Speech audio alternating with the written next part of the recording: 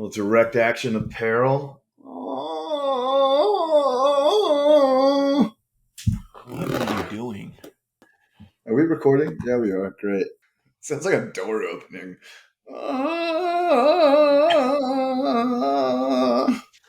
Sounds like a squirrel get.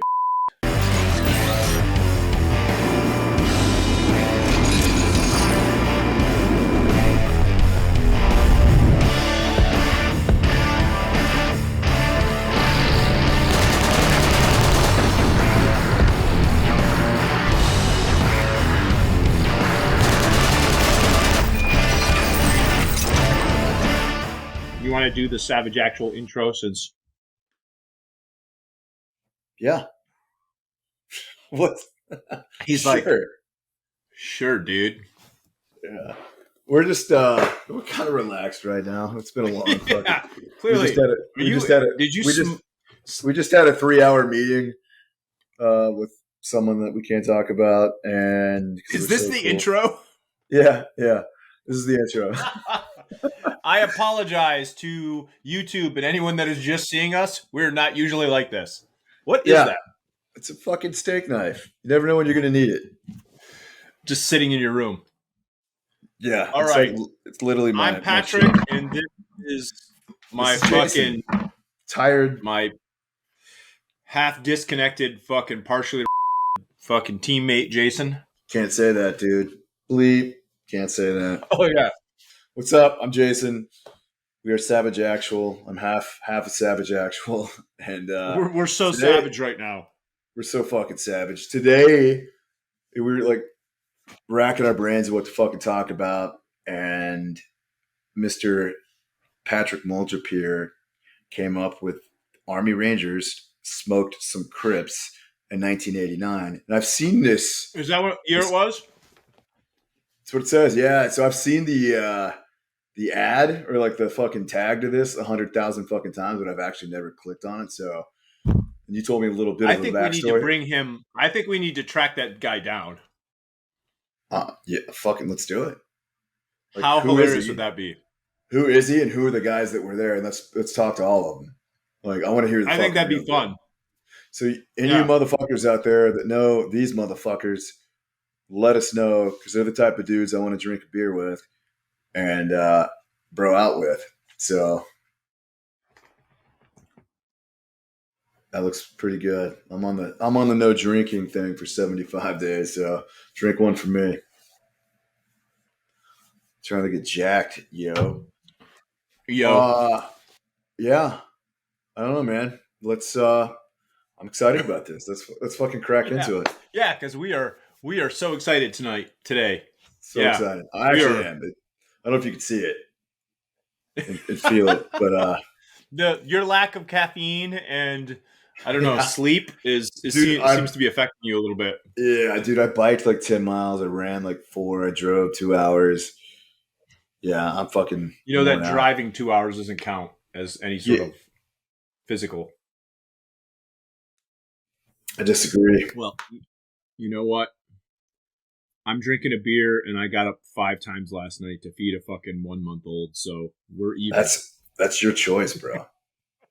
you decided to procreate. I don't have an ounce of sorrow. I know. You chose. I know. And it wasn't an accident either. So holy shit. Yeah. This better be. All right. So, like Jason said, we're going to talk about this. These Rangers. If you guys have never heard about it, it's something I think that's been floating around in the ether for a while. Like you said, this is 1989, right? Yeah, that's what it says in the clip.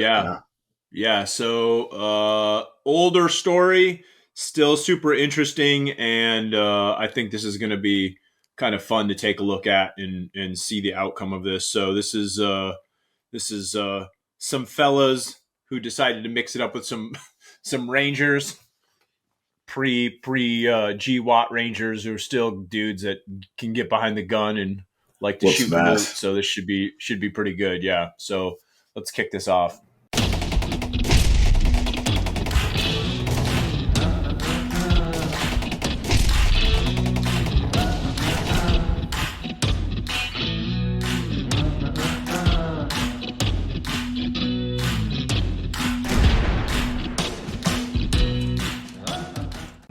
1989. An Army Ranger who had just purchased a home on one of Tacoma, Washington's most gang-infested streets quickly became a witness to Tacoma, that's where it was. I kept thinking it was like in Portland. His home. He wasn't shy of confronting it or notifying the authorities, and soon after, he became the target of one of the most notorious street gangs Washington State has ever seen. And after shaking up the Hornet's Nest one too many times, his home was ambushed by the Hilltop Crips gang, but not before he invited 15 of his Ranger buddies over for a barbecue. 300 rounds, and 10 minutes later, the Crips were fighting for their lives. That's awesome. Smoke these fools. Dude, you're going up against the wrong In fucking 1989, dudes, the man. neighborhood Yeah, in man. Tacoma, Like, Washington was an crazy. open-air drug market. There were several hot spots, and almost every house on the block was an active and thriving trap house. These gang infestations in the 1980s, born from the crack epidemic, flooded the streets and created an economic downturn that defined the decade. You might remember President Ronald Reagan declaring the war on drugs, or his first lady who was just like, just say no, oh my god. That was Nancy, this time. just Tacoma say no. was Washington State's ground zero of gang Bunch of activity. bullshit. By December That was of this 1989, time. it had grown blatant, middle of the day type shit, like selling crack to the ice cream man type shit. And this was all fueled by an influx of gang members moving in from California. Tacoma police had experienced nothing like it before and were really struggling to get it under control, oftentimes not even knowing how to respond to it. Ash Street neighbors consistently called police and called 911 repeatedly and got nowhere. The typical response from police at the time was very mild. Community-oriented policing was a new thing, such as taking bullshit calls and pretending like it's not bullshit. Yes, ma'am. I know you can't sleep when the dogs are barking. But community policing was still viewed with suspicion by veteran cops who came up in the 60s and Sort of some preferred badass Look at those, mustaches. look at those awesome mustaches. At the time, Tacoma Police Chief Ray Fatelin pushed these new community policing programs so far that the Hilltop Crip Gang rose to power. When the OGs from Woodwood like HTC, when we mounted up in the streets 200 deep, when the park rangers had a shootout with cats from Ashby, when the Ashby's connected with them Hilltop niggas, had a shootout and chased out some Cali niggas. Staff Sergeant William Foulk of the 2nd Ranger Battalion 75th Jesus Ranger Regiment Christ. purchased his home on Ash Street in hopes that the neighborhood would soon turn around. To protect that investment, he was determined to help push the drugs and gangs out by any means necessary. Which may seem crazy to most people, but Staff Sergeant Foulk was not most people. He was an elite operator who at a moment's notice could hit hard and smash fucking everything. You know, Ranger shit. But violence was the last thing the Staff Sergeant wanted, and he Ranger remained shit. optimistic.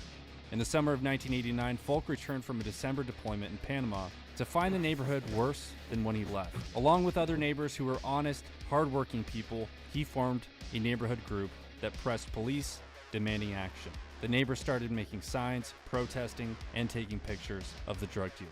Even as the tension on Ash Street rose, Chief Fatelin made a decision he would later regret. Hamstrung by budget constraints and desperately short on the patrol side, he shifted 4 of 6 officers away from the Hilltop Crime Management Team to launch a community policing pilot project.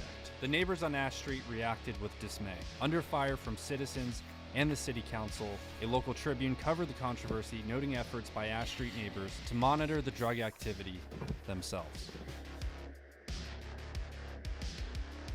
After the News Tribune piece, drug traffic on Ash Street slowed, but only so much. Staff Sergeant Foulk was used to seeing more than 100 cars pass through his block on any given day, and after the story appeared, it was down to 20 cars.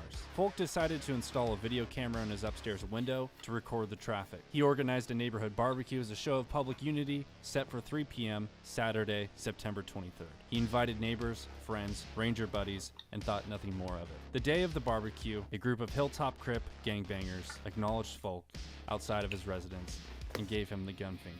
It came from a car full of Crips. Driving by his house, the index finger pointed, thumb up, a little flip of the hand, and the mouthed words, boom, boom. Game on. Time to get your shit out. Susponte. Yeah.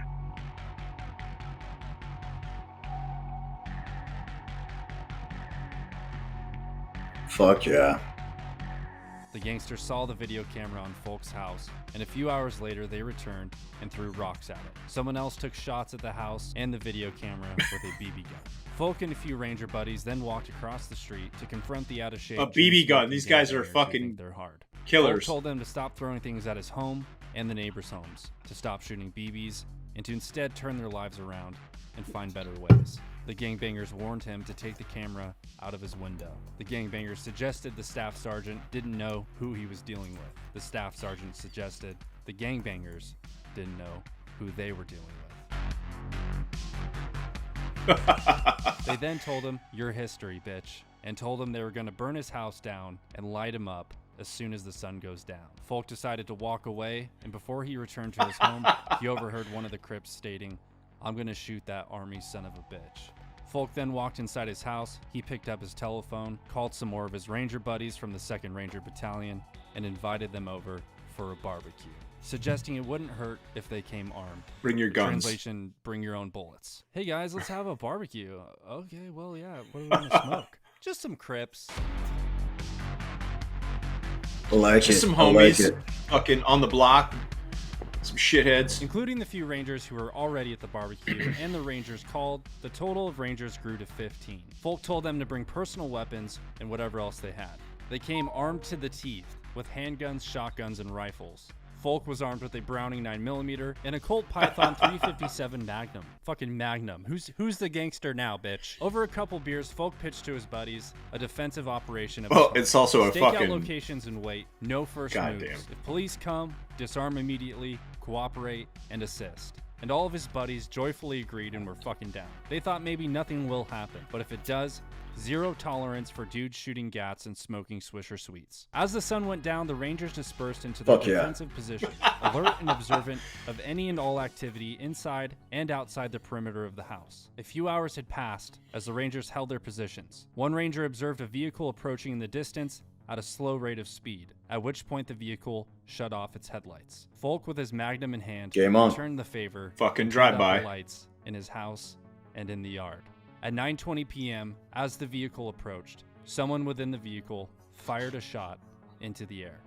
The house was now taking fire from the rear, where, according to police reports, small caliber automatic gunfire was heard. The Rangers opened a shit ton of fire, but so did the Hilltop Crips. One of the Rangers, William Edwards, was posted on the front porch. When the shooting started, he hit the ground as a bullet slammed into the wall beside him. He and other Rangers returned fire, seeing figures running amongst parked cars on the other side of the street. Ranger Russell Nolte, posted in the backyard, crawled forward as a shot hit the back of the house 3 feet over his head. Ranger Burr Settles was posted upstairs by the infamous controversial fucking video camera as a shot came through the window. The bullet grazed his head and he received multiple lacerations on his face from the shattered glass.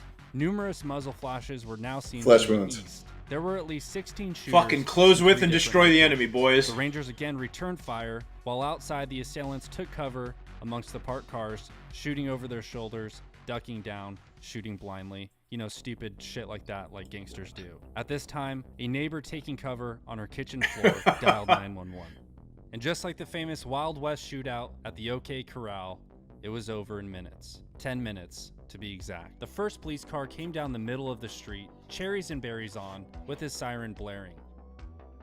The Rangers dropped their weapons, but as that first patrol car arrived on scene, one of the Hilltop Crip gang members popped a round off, sending the patrol car reversing out of the scene so quickly, smoke was seen coming from the rear tires. Officers in the car reported hearing 50 to 60 Christ. shots in less than 1 minute. Shortly after, more cops pulled into the block, and the gangbangers ran.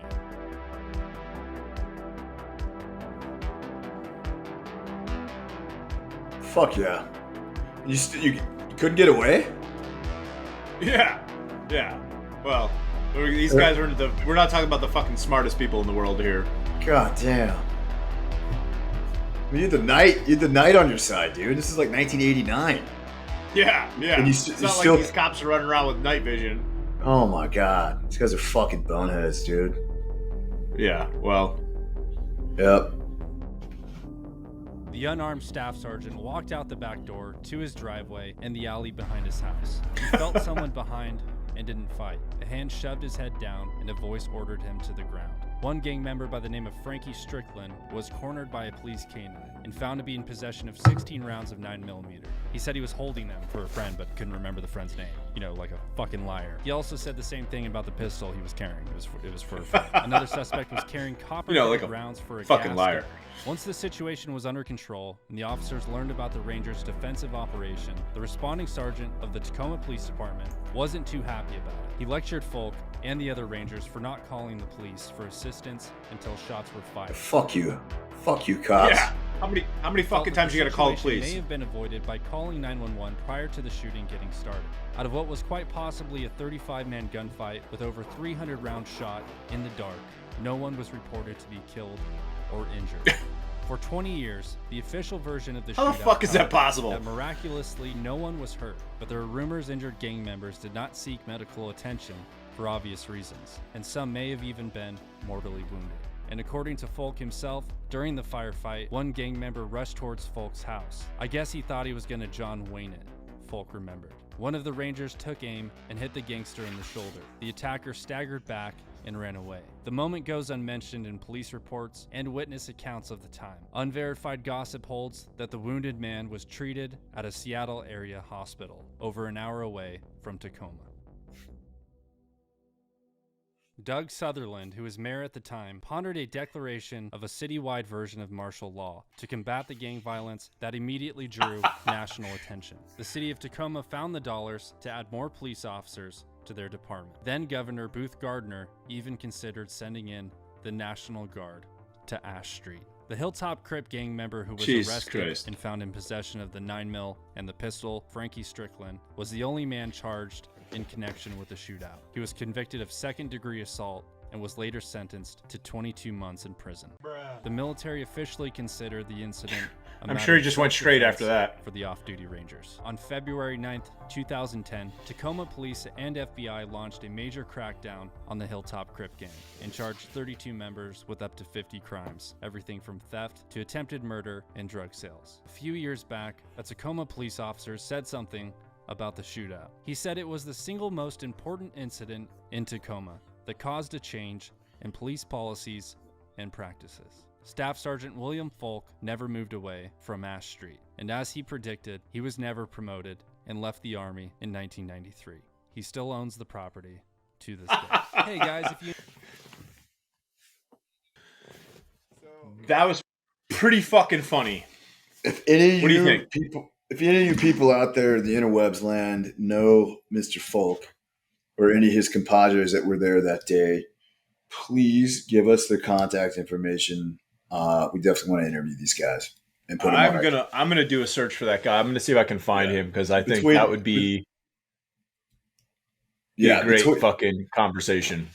Between our due diligence, we need your help to find these guys because this is a story worth telling. I want to hear it from the fucking horse's mouth about the adversaries they faced that night. So that sounded like because there's a lot more that went on than just kind of gets covered in this. Like I guarantee 100%. You, clearly this guy was dealing with this garbage for a while, and there was a lot of craziness that was going on. So yeah, I look forward to talking to this guy. The guy yeah. And this is a perfect example of where you can just, you know what? Hey guys, you want to come over and fucking have a barbecue? And oh, by the way, bring your fucking M4, bring your shotgun. Like that shit's hilarious.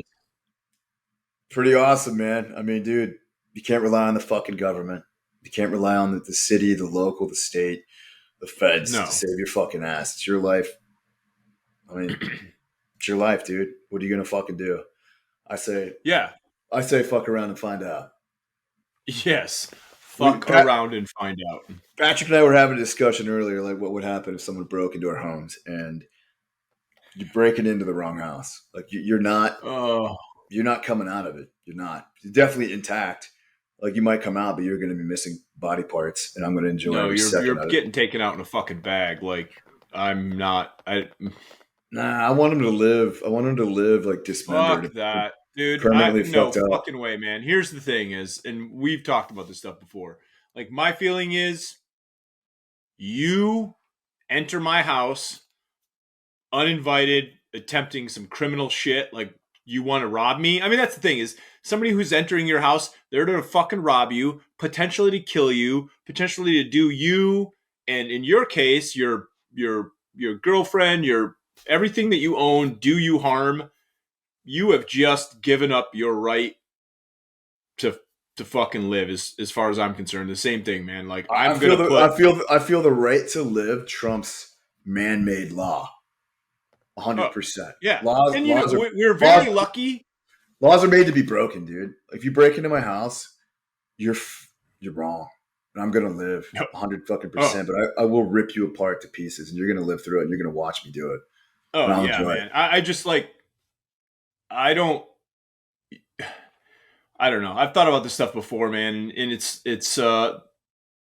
there's a lot of different conversations and lines of thoughts and stuff like this, but it's just like everybody has their own free will, and if you use your free will to enter someone else's home and potentially do them harm, man, you've made that decision. You've made that final decision, and you better hope to God that person doesn't know what they're doing and doesn't, is afraid to defend themselves. I mean, as a criminal, like that's what they look for. And I'll tell you what, I know you, myself, and a lot of the guys that I know are not those guys. Nope. Yeah, you yourself fucking put in a body bag, and I'm telling you what, I don't give a shit. Like it's you or me. I'm not fucking around, man. I don't give a fuck. Like you make entry into the house. You've made your decision. It's done. Like we were talking about that earlier today. That guy that it was just who got himself shot in that store, man. He went into that restaurant with a fake gun, robbed everybody, and then got himself shot 9 times and killed. You're like Darwinism, dude. Darwinism, yeah, 100%. Straight up. And the thing was, the guy's huge criminal record. The guy was on parole for domestic violence. You're like, and then you're gonna go in. You don't even have a real gun. Your guy doesn't have enough goddamn sense to like rob. That's what's mind blowing because it happened in Florida.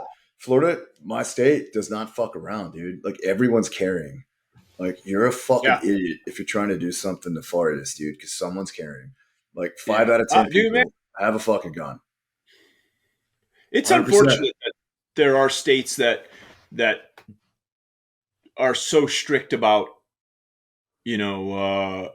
law-abiding citizens carrying. When I lived in Virginia, dude, you could open carry there. It was super a lot of states are, yeah. Carry permit. I think I told you one time I was like standing in like 7-Eleven. I'm in line to get a drink or whatever. And the old dude in front of me has got a fucking 1911 and a couple mags on his hip, and I was just like, "Nice gun." He turns around, looks at me, he's like, "Thanks, man."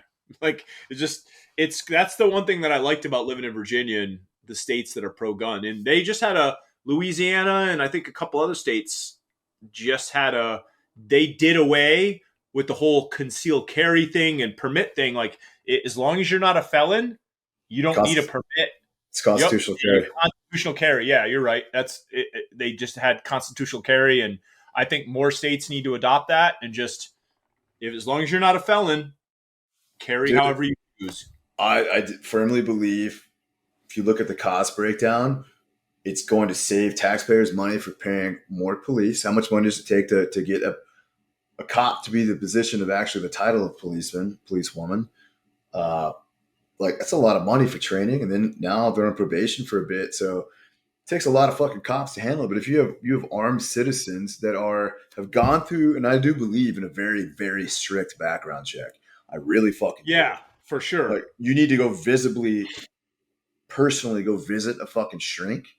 You have any kind of case of fucking like abuse, battery, armed anything, domestic abuse, a mental issue of some sort. I wouldn't say some sort, but specifically, like craziness. Mental. Yeah, if you're bipolar or you have some sort of schizophrenic thing, you shouldn't be owning a gun. Yeah, but if you're like a fucking solid person and you just want to fucking protect you and yours, fuck yeah, dude. And you're helping out. You're helping out in the community at that fucking point. Yep. So for sure. Anyways, let's find these guys and let's fucking talk to them. Yeah, so for at least one of them. For sure. So if you guys know anybody knows that gentleman, that ranger, we'd love to talk to him. Jason and I will try and reach out to him, and we have some cool stuff coming up for the Savage Army very soon, and we will probably be putting that out. Actually, in the next probably week to 2 weeks, we've got some stuff that we're going to be putting out for you guys. And again, if you happen to know that guy or you happen to know anybody that knows him, please let us know. Shoot us a message in our email or just comment in the video, and we'd appreciate it. Yep. In closing, we're on the new guys out there, new guys and gals. We're on Instagram, savage.actual. We're on Twitter. Don't use that much. We're on Facebook. I know that's a little archaic. But we're on Facebook. We're on most of the stuff. So thanks for your support. Thanks for listening to Run Our Mouths. And we'll catch you next time. Peace.